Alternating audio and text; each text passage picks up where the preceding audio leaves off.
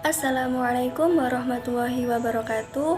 Di sini saya Hanifatul Zahro dari kelompok 13 akan menjelaskan dua poin penjelasan, yaitu tentang konsep dasar penilaian dan prinsip penilaian.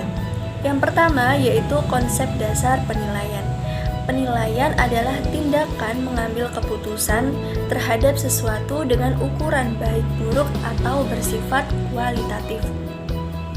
Penilaian berarti menilaikan sesuatu. Tujuan atau fungsi penilaian peserta didik di sekolah pada dasarnya digolongkan menjadi 4 kategori. Yang pertama yaitu untuk mendapatkan umpan balik atau feedback kepada guru sebagai dasar untuk memperbaiki proses belajar mengajar. Yang kedua yaitu untuk menemukan angka kemajuan atau hasil belajar masing-masing peserta didik.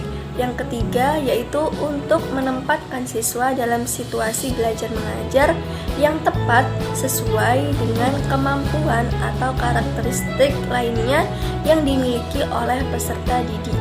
Yang keempat untuk mengenal latar belakang atau psikologi, fisik, dan lingkungan siswa yang mengalami kesulitan belajar, yang hasilnya dapat digunakan sebagai dasar dalam memecahkan kesulitan-kesulitan yang terjadi.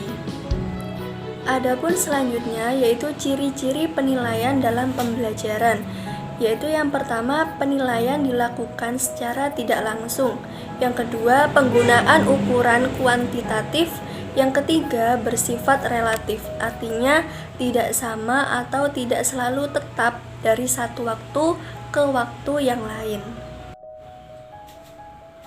Poin yang kedua yaitu mengenai prinsip penilaian.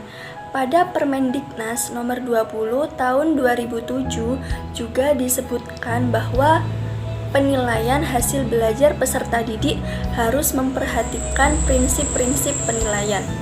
Yang pertama yaitu shahih, artinya penilaian didasarkan pada data yang mencerminkan kemampuan yang diukur.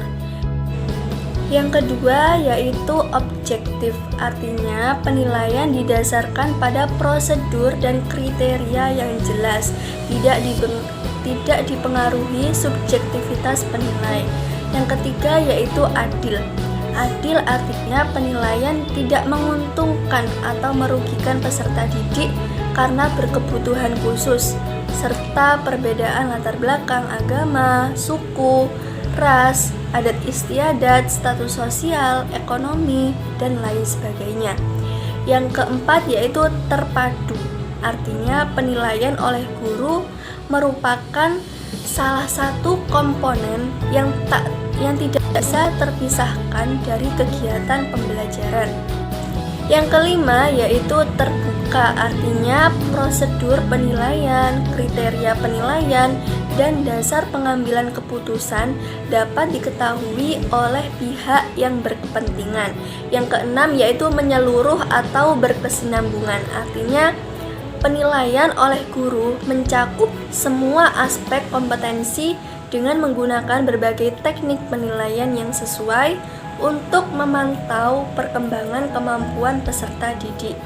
Yang ketujuh yaitu sistematis, artinya penilaian dilakukan secara berencana dan bertahap dengan mengikuti langkah-langkah yang baku. Yang kedelapan yaitu beracuan kriteria, artinya penilaian didasarkan pada ukuran pencapaian kompetensi yang diterapkan. Yang kesembilan yaitu akuntabel, artinya penilaian dapat dipertanggungjawabkan baik dari segi teknik, prosedur, maupun hasilnya.